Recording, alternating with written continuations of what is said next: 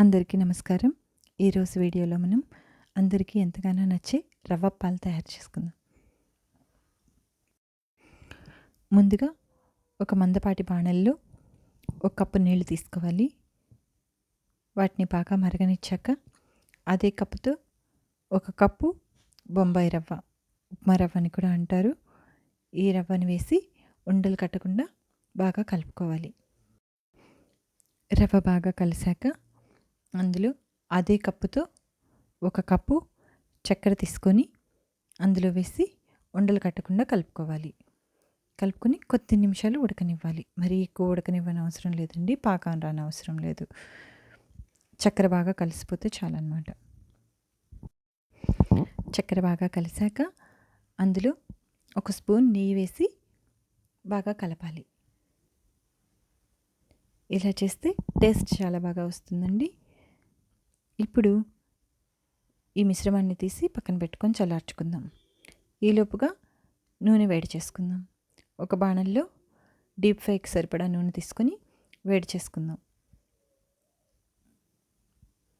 ఈ నూనె కాగేలోపు మనం ఈ మిశ్రమాన్ని కొద్ది కొద్దిగా తీసుకొని చిన్న చిన్న వడల్లాగా చేసుకోవాలి. దానికోసం అరచేతికి కాస్త నెయ్యి కానీ నూనె కానీ రాసుకొని ఒక చిన్న ఉండ తీసుకొని రెండు చేతుల మధ్యలో పెట్టి కాస్త అలా అదిమి చుట్టూ అద్దితే ఇది ఇలా తయారవుతుంది.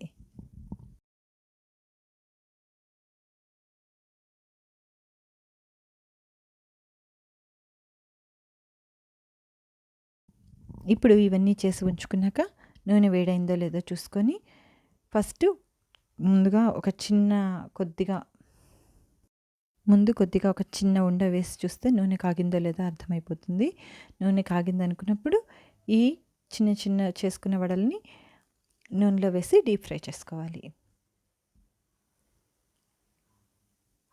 ఇవి ఇట్లా మిశ్రమం కరెక్ట్గా వస్తేనే బాగా వస్తాయండి.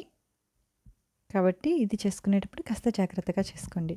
ఇవి ఫస్ట్ నూనెలోంచి బయటకు తీసినప్పుడు కాస్త మెత్తగా ఉంటాయి. టైం గడిచే కొద్దీ కొంచెం క్రిస్పీగా తయారవుతాయి అన్నమాట.